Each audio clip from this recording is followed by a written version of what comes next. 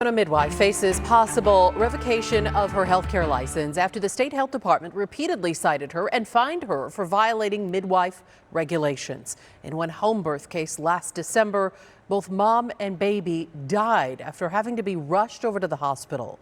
The widower now going public with his tragedy, and he's sitting down one-on-one with ABC15 investigator Melissa Blasius, pushing for accountability. 28-year-old Jordan Terry, an ER nurse in Safford, was expecting her third baby last year.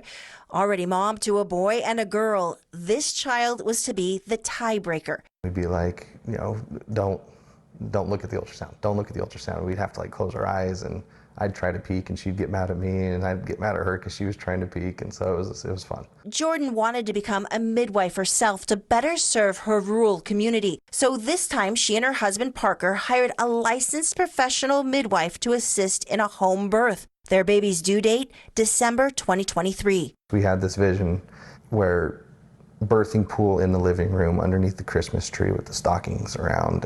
Their midwife, Sarah Kankowitz, posted on her business Facebook page that she specialized in VBACs, that's vaginal birth after cesarean section. Medical professionals say VBACs can be higher risk, in part due to the potential of uterine rupture. But Jordan and Parker agreed to move forward after talking to Kankowitz. And she gave me all the right answers. She gave me exactly what I wanted to hear. And her plan of action was that she's there to look for red flags. She's there to protect and watch out for the safety of the mom and baby. Parker did not know before his wife's due date that Kankowitz had been investigated by the state health department multiple times during her 4 years as a midwife. Regulators finding deficiencies, failing to follow state midwifery rules during 2 prior births. And she's repeatedly faced civil penalties, fined 5 times for not submitting required midwife reports detailing the care she provided to clients. Jordan went into labor at home on December 17th.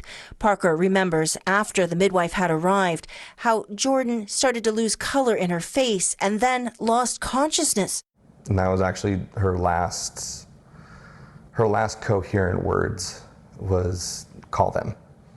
And Sarah clarified, "Call the ambulance?" ? And Jordan said, "Yeah." Instead of celebrating the birth of their tiebreaker baby, Mac, Parker held his stillborn son for a few minutes.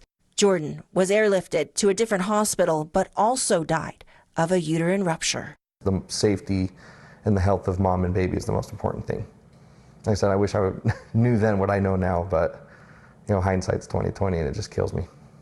What does accountability look like to you? Ownership.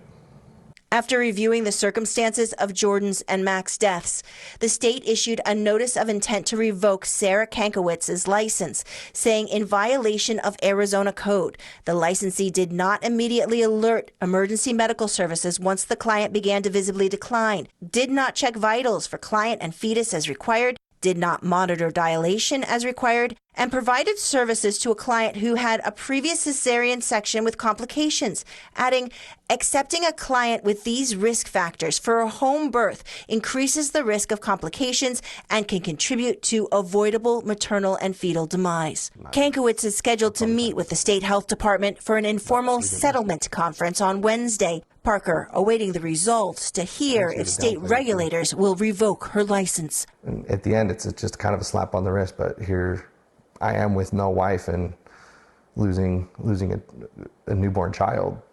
Parker Terry says after posting his story on social media, he received an outpouring of support, including from some other midwives. And he says now they're discussing how they can together advocate for stronger regulations on midwifery right here in Arizona. It's something that we will be reporting more on in depth in the coming weeks. ABC15 also reached out to that midwife, Sarah Kankowitz, by phone. She said she had no comment about what happened on advice of her lawyer. I'm investigator Melissa Blasius, ABC15 Arizona.